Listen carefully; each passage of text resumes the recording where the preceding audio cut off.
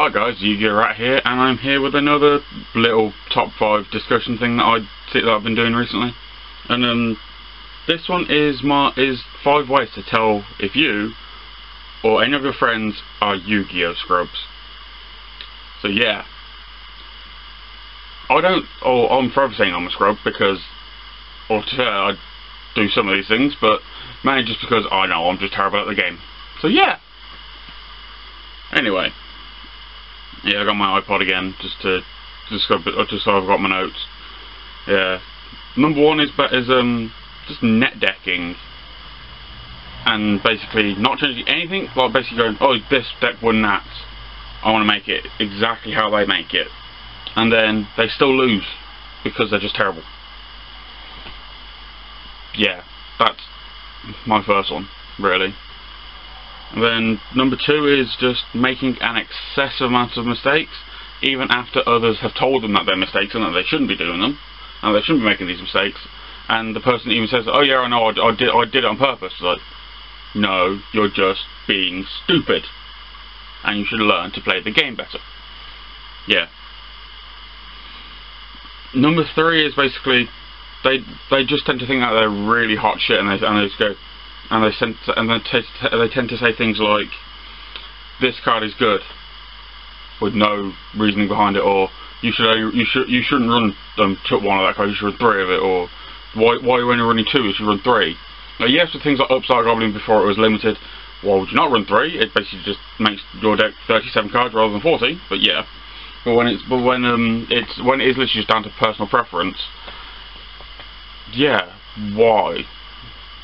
Or they're saying, or when they just say, "Why are you running that? That card is bad," right, without giving you a valid reason for it. So yeah. And then number 4 is making statements that just to try and justify any of their losses. Let's say, "Oh, if I just drew this card, I would have won," or "If he hadn't had this, he wouldn't have won," or "She wouldn't have won," or just "I would have won," basically. Yeah, and they're basically just trying to blame everything else rather than their own loss, or rather than their own selves about their loss. And then number 5 is basically just someone that someone that just doesn't ever make their own deck. Like, yeah, like, if you've already got a deck and like you've got it how you want it, but then you say like a winning deck.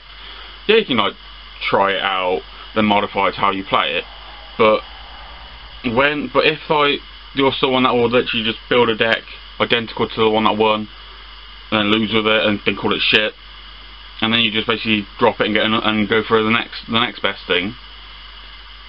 That's just all you're doing there is making the secondary card market more expensive for everyone. So if you're like that, go to hell. So yeah.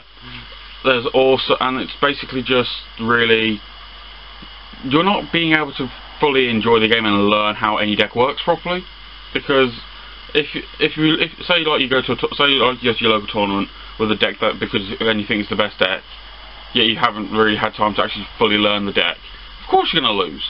Learn the bloody deck, you idiots. Yeah. So they're my top 5, or they're my 5 things to say if you're a scrub, or to say if you're a scrub. Yes, I like to do the, well, if I drew this, then it would have helped me. But so yeah, and I don't like losing, but no one likes losing. I don't tend to build identical decks to anyone really. So yeah, but then as I said earlier, I just think I'm a scrub anyway. So yeah. As a recap, there's the identical deck bits, and then still losing. There's excessive misplays or just mistakes in general. Just think that you know everything even though you don't. It's just terrible. Then there's the making just random statements to justify losses, and just not being creative with your own decks and just copying others. So yeah, there are my 5 ways to tell if you or your friends are a scrub, and feel free to let them know.